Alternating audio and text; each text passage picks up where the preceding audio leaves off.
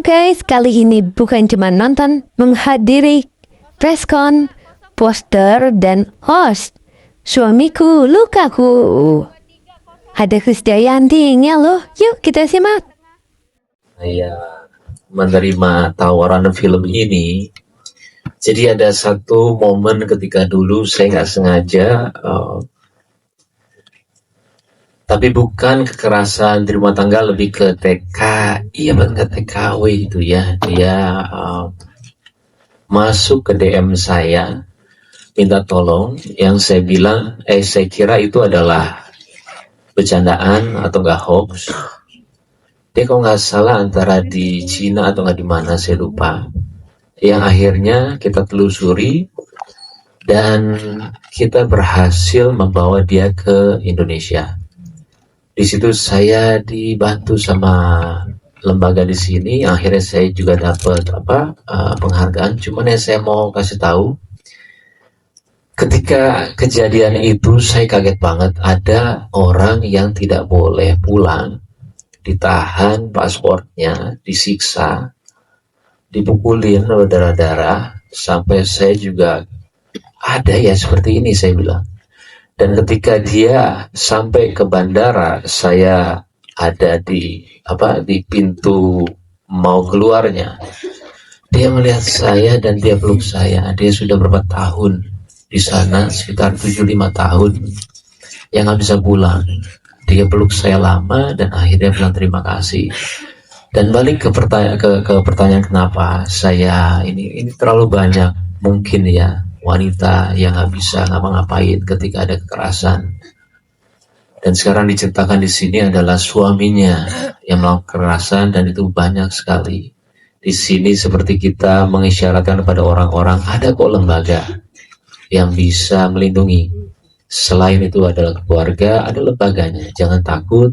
Di sini yang memerankan adalah Ralin. Sangat bermain, sangat bagus sekali. Saya terima ini juga, saya nanya dulu pemainnya siapa aja. Ada Ralin, ada Aca. Saya bilang, oke nih chemistry-nya. Karena sulit pasti mainkannya. Dan akhirnya saya menerima, dan di sini adalah salah satu ruang yang jarang film-film mau mengungkapkan. Ada kekerasan yang akhirnya ngasih tahu. Ada lembaga ini, caranya begini, yang akhirnya akan begini. Jadi ketakutan, dan malah saya ketika acting juga pas ngeliat Aca disiksa sama saya lagi. Saya malah kasihan sama dia ya sebenarnya.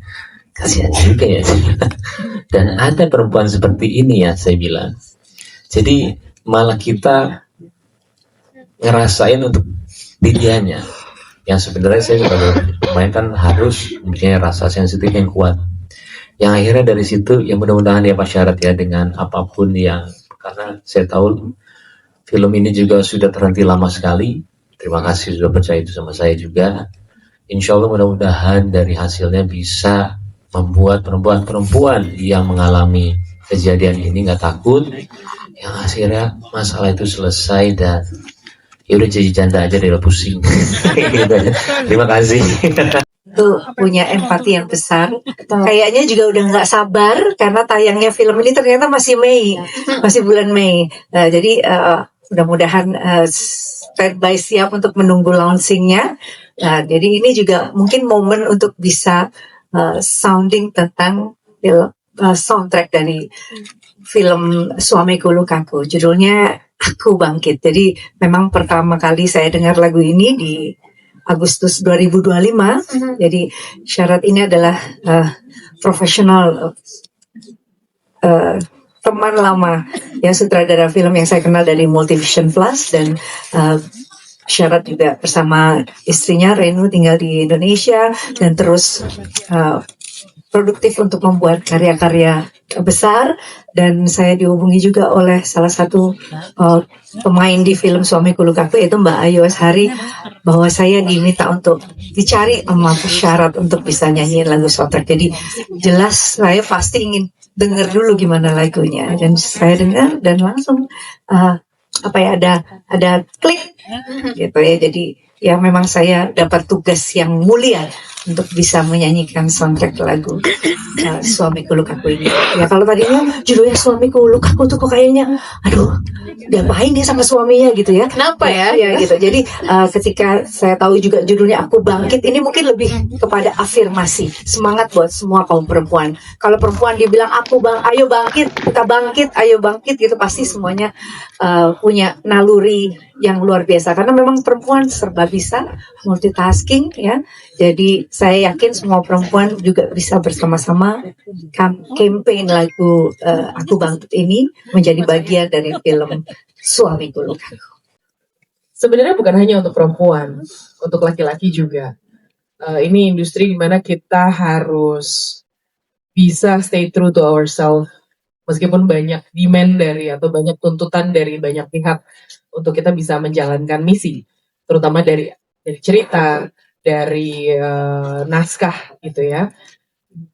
Kalau pertanyaan bagaimana bisa menjaga stabilitas emosi, tentunya setiap orang punya cara masing-masing.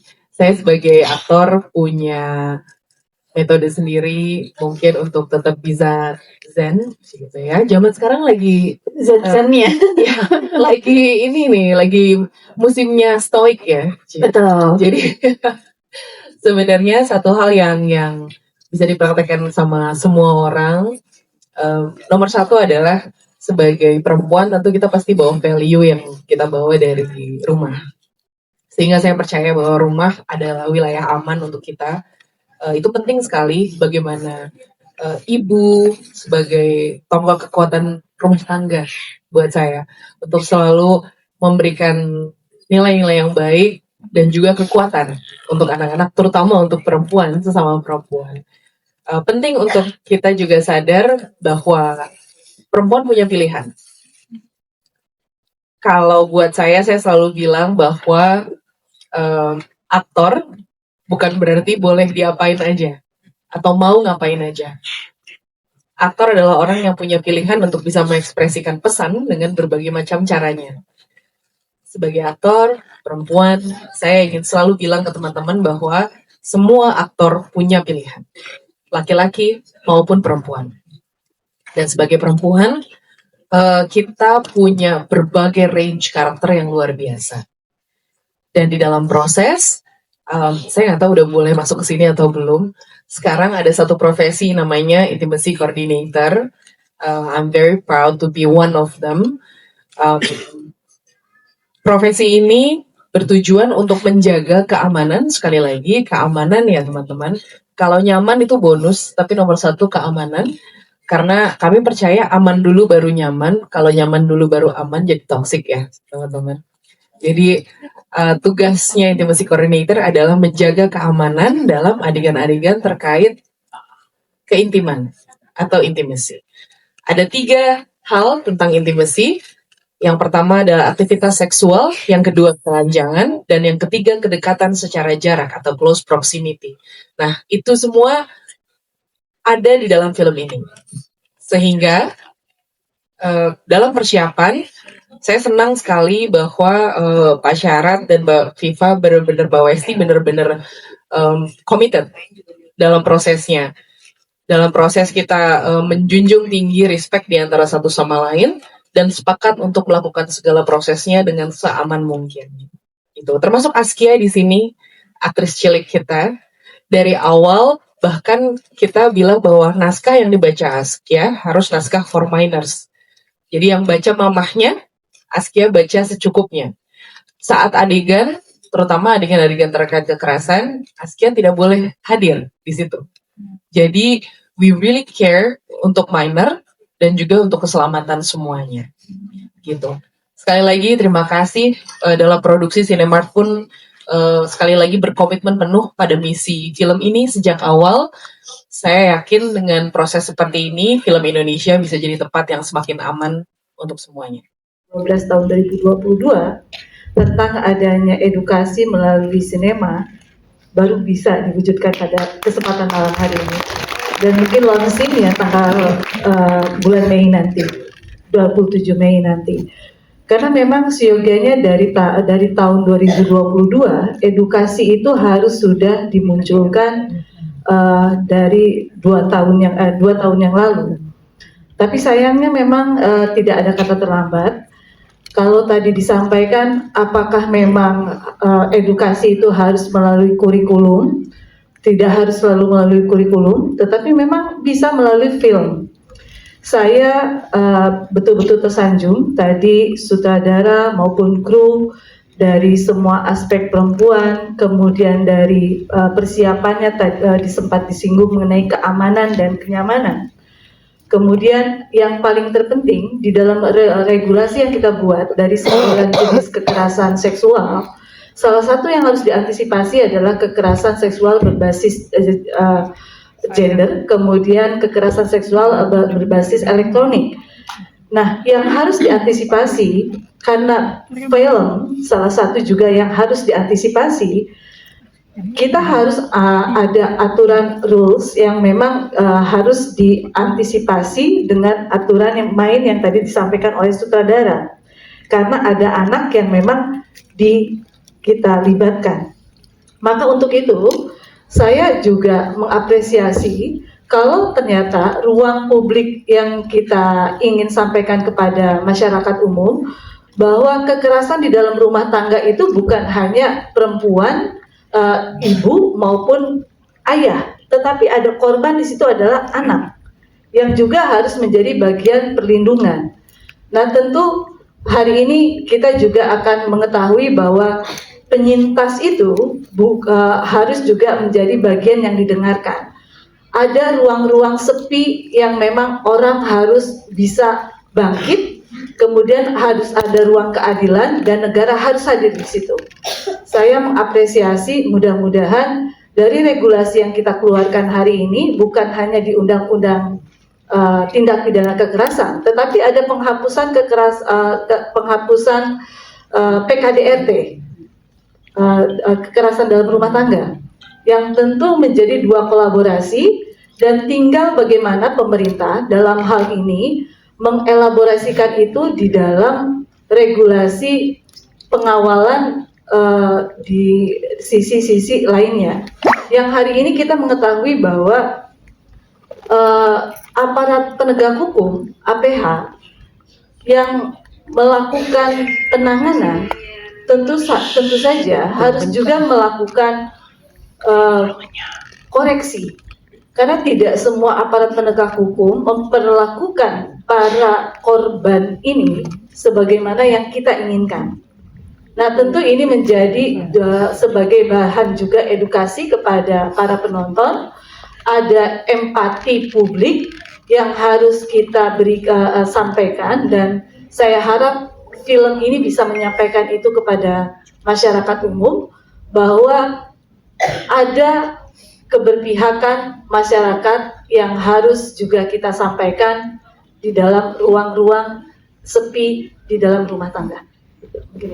Itu mungkin menjadi pesan luar biasa yang telah kita dengar Bapak Ibu, dan kita kasih tepuk tangannya. Setelah semuanya sepertinya berat-berat bicaranya ya Pak ya. Jadi kalau bicara proses film ini, sebetulnya setelah 1 tahun Pak Syarat membuat skrip, di bulan April tahun lalu, di bulan Maret tahun lalu dia menawarkan saya membuat film ini. Yang pertama disyukuri adalah topik seperti ini adalah topik yang sangat-sangat sulit untuk kita tawarkan kepada investor ataupun produser. Jadi suatu kemewahan yang luar biasa karena bisa membuat film yang mengangkat tema KDRT, karena memang tidak banyak juga, walaupun kita tahu korban KDRT itu setiap hari, setiap bulan, setiap tahunnya bertambah. Jadi saya selalu bersyukur, dan kalau ditanya sulit atau enggak, di tengah perjalanan Pak Syarat bilang, Westi mau nggak kalau kita sama-sama membuatnya? Karena saya rasa bahwa ini topik yang sangat menguras emosional. Saya bilang sama Pak Syarat, ayo Pak kita bikin sama-sama. Akhirnya kami berkolaborasi untuk membuat film ini, dan ini juga adalah hal yang pertama buat saya mendirect film berdua, dan Pak Syarat membutuhkan sisi perempuan, dan saya juga membutuhkan banyak sekali pelajaran karena Pak Syarat kita tahu sekali beliau adalah pembuat sinetron yang sangat luar biasa dulunya ya Pak ya. Jadi saya banyak sekali belajar bagaimana membuat shot-shot yang sangat mengena di hati, karena film ini orang harus percaya bahwa Baim adalah suami yang jahat. Maaf Im. Dan Aca adalah istri yang teraniaya, dan itu harus diyakini. Karena itu di dalam film ini saya bilang waktu itu sama Pak Syarat kita kalau pukul harus betul-betul pukul ya Pak ya, jangan separuh-separuh. Makanya kita memerlukan Mbak Putri waktu itu untuk menjadi intimacy coordinator. Di dalam film ini juga kita karena memerlukan kacamata perempuan untuk menjadi director of fotografinya, itu ada Mbak Angela di sana, dia perempuan yang luar biasa. Kalau lihat gambar-gambar yang bagus, video klip yang bagus, itu adalah dari Mbak Angela. Berdiri dong. Nah, itu dia di belakang. Supaya tahu bahwa sepanjang kita pembuatan film sangat menguras emosi, kami saling bertangis-tangisan kadang-kadang untuk adegan, apalagi Aca waktu itu setahun yang lalu. Jadi setiap adegan ya Pak ya, kita selesai adegan itu kita akan rasa sendiri bahwa luar biasa, sangat mengerikan yang namanya KDRT. Jadi juga diketahui bahwa saya juga sudah bepergian ke Medan, ke Tegal, ke Surabaya untuk berdiskusi dengan para penyintas KDRT, dan itu speechless. Memang Bu, diharapkan semuanya bisa membantu untuk sama-sama mensukseskan film ini supaya banyak yang tercerahkan ya Pak ya. Kalau menurut Mimi sendiri, in your POV, bagaimana musik ini dapat memperkuat gerakan sosial secara berbeda dari film? Apa yang membedakan itu? Ya, terima kasih. Sebetulnya memang menjadi bagian sangat penting juga selain scoring, tapi juga soundtrack dari film itu sangat memberikan penguatan ya, karena kita juga ingin menyentuh dengan melodi, dengan lirik yang begitu dalam lewat alunan lagu. Karena itulah kayak lagu My Heart Will Go On. Kenapa juga bisa di launching jauh-jauh hari sebelum film itu ditayang. Jadi kayak ini juga mungkin menjadi satu gerakan yang sama ketika lagu ini semoga juga bisa memberikan bridging sebelum film ini ditayangkan. Jadi memang mudah-mudahan lagu ini, musik ini bisa menjadi pelukan hangat untuk semua wanita atau bahkan semua keluarga di Indonesia dan juga pencinta sinema di tanah air.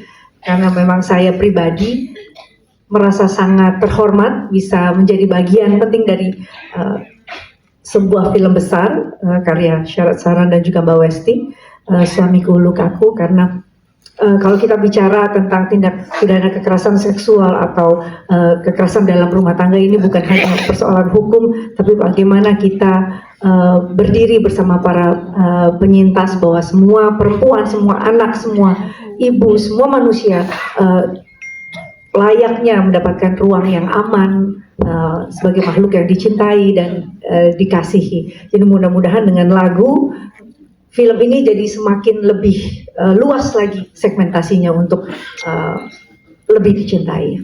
Untuk memperluas kembali segmentasinya, betul. Republik luar biasa. Boleh. Terima kasih, dan saya pribadi mengucapkan terima kasih kepada Ibu Bintang Puspayoga. Beliau ini punya pengalaman yang sangat istimewa dulu di Kementerian Pemberdayaan Perempuan dan Perlindungan Anak. Jadi ini kementerian yang paling menguras air mata, tapi nggak ada duitnya.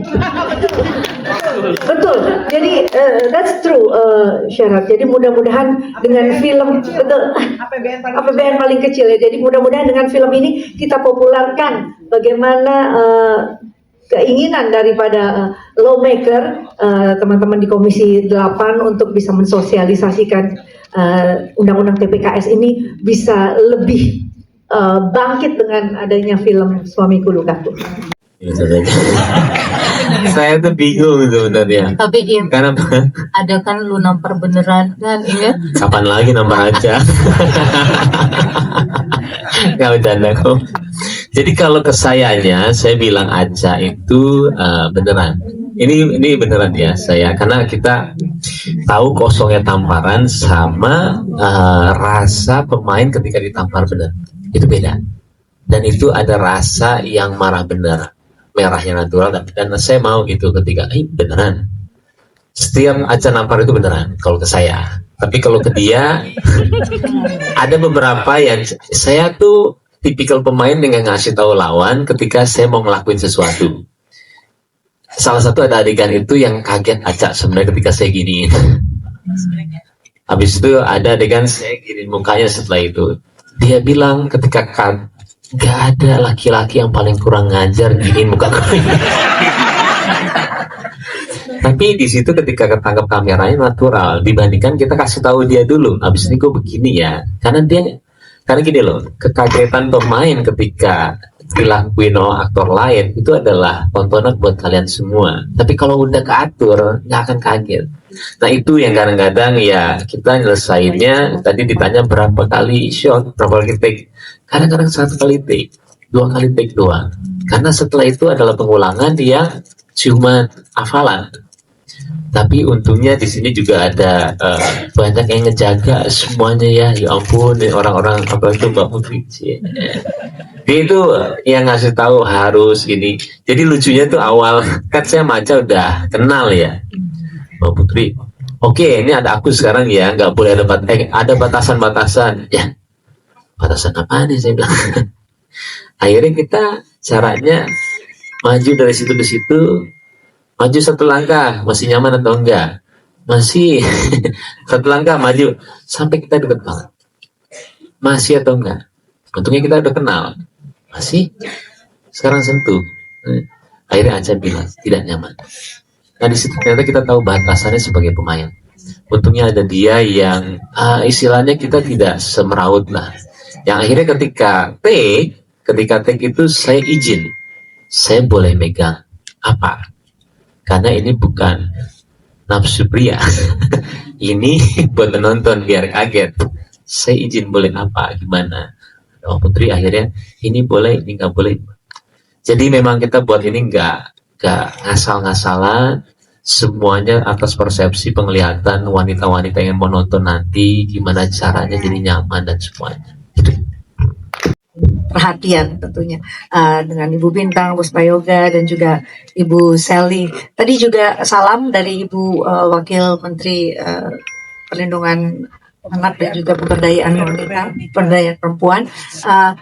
Sayang sekali tidak bisa hadir bersama-sama kita, tapi artinya saya sudah sounding bahwa memang harus semakin besar perhatian pemerintah untuk bisa memberikan concernnya gitu untuk bisa irisan-irisan dari undang-undang itu kan banyak sekali dan bahkan apa sih Mbak yang restitusi untuk yang kompensasi dari para pelaku kepada korban itu sama sekali belum ada satupun yang merealisasikan gitu ya. Jadi yang mohon maaf ya, ceritanya pemerkosa harus bayar restitusi untuk korbannya. Nah itu kan di undang-undang ini kan ada, tapi kan aslinya tuh belum terrealisasikan dengan baik. Jadi ya mudah-mudahan dengan undang-undang yang semakin kita bisa sampaikan ke masyarakat luas dan juga melalui kampanye-kampanye seperti ini semakin banyak orang yang jerah. Itu aja sih buat saya dan justru di dalam atau tidak di luar parlemen, insya Allah saya bisa membantu dengan peran saya sekarang, termasuk dengan menyanyi lagu soundtracknya juga. Terima kasih. Oke, sudah terjawab ya Kak. Gitu. Dan buat saya yang paling keren dari mereka berdua sebenarnya, saya datang nonton seperti lihat masterclass. gitu. Kayak nonton senior-senior saya main gitu. Dan yang paling keren adalah dengan emosi sebesar itu, mereka punya kontrol sebesar itu.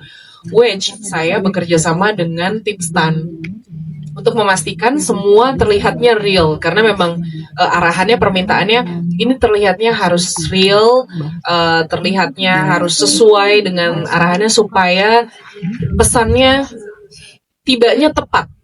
Karena itu, kalau kita salah, pesannya bisa salah terimanya. Dan saya tahu bahwa trailernya tadi terasa powerful sekali. Jadi mohon bantuan untuk teman-teman ketika nanti akan menyebarkan trailer, akan mengajak nonton. Tentunya juga disampaikan disclaimer bahwa dalam film ini akan ada adegan kekerasan yang mungkin mengaktifasi perasaan. Kita nggak pernah tahu apa yang terjadi sama seseorang, nggak pernah tahu apa yang terjadi sama masa lalu seseorang, sehingga melihat tayangan tertentu bisa membangkitkan perasaan tertentu. Jadi mohon ketika menyebarkan juga disampaikan semua yang dilakukan, satu, sudah sesuai dengan persetujuan, dua, tentunya mengedepankan keamanan. Kalaupun kelihatannya real, ini sudah ada prosedurnya, dijagain. Ada saya, ada 2 orang lagi tim stan gitu. Jadi semuanya aman. Setiap selesai adegan pasti nanya, aman, aman, aman, aman gitu. Nanyanya ke semuanya, termasuk ke pemain maupun ke kru gitu ya. Jadi di belakang Mbak Angel manggut-manggut gitu, karena kita semua mengalami bahwa semua yang dilakukan.